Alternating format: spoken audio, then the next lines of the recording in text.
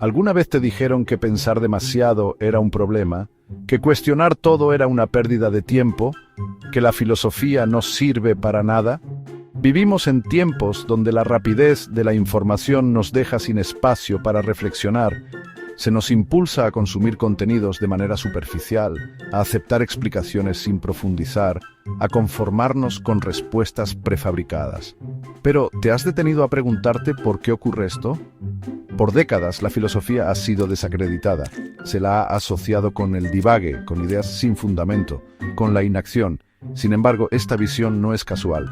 A lo largo de la historia, los regímenes autoritarios, las dictaduras y hasta las democracias funcionales al poder económico han atacado la filosofía, la historia, la sociología y la psicología.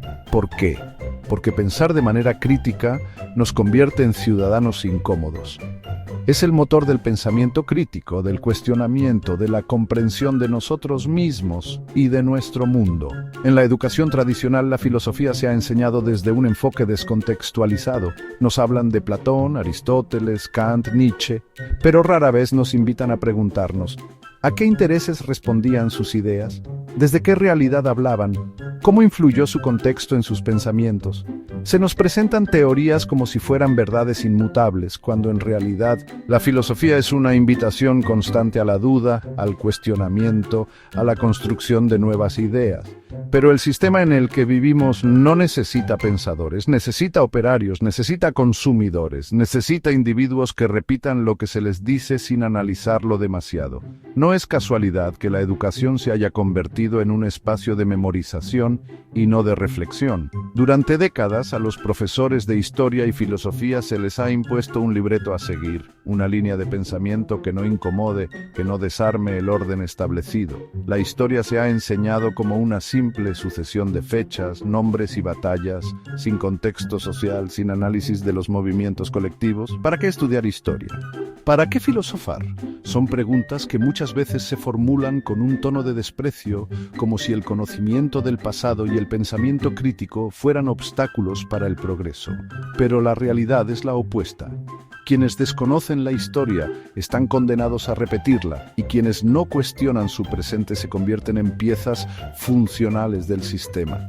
Vivimos en una época donde las redes sociales y los medios de comunicación moldean nuestras opiniones de manera casi imperceptible. Un titular puede instalar una idea sin necesidad de argumentarla. Un influencer puede viralizar una consigna sin fundamentos. Un político puede manipular emociones sin necesidad de explicar sus políticas. El problema no es solo la desinformación, sino la falta de herramientas para interpretarla. Sin pensamiento crítico, terminamos siendo marionetas de discursos ajenos. Sin filosofía, aceptamos lo que nos dicen sin preguntarnos qué hay detrás. Entonces, volvamos a la pregunta inicial. ¿Por qué es imperioso filosofar hoy más que nunca? Porque la filosofía no es un lujo académico ni un pasatiempo intelectual. Es una herramienta fundamental para entender el mundo que nos rodea, para no aceptar las cosas tal como nos las presentan, para no ser meros espectadores de la realidad. Filosofar es dudar, es cuestionar, es analizar, es resistirse a la comodidad de la certeza absoluta, es no resignarse a que el futuro ya esté escrito.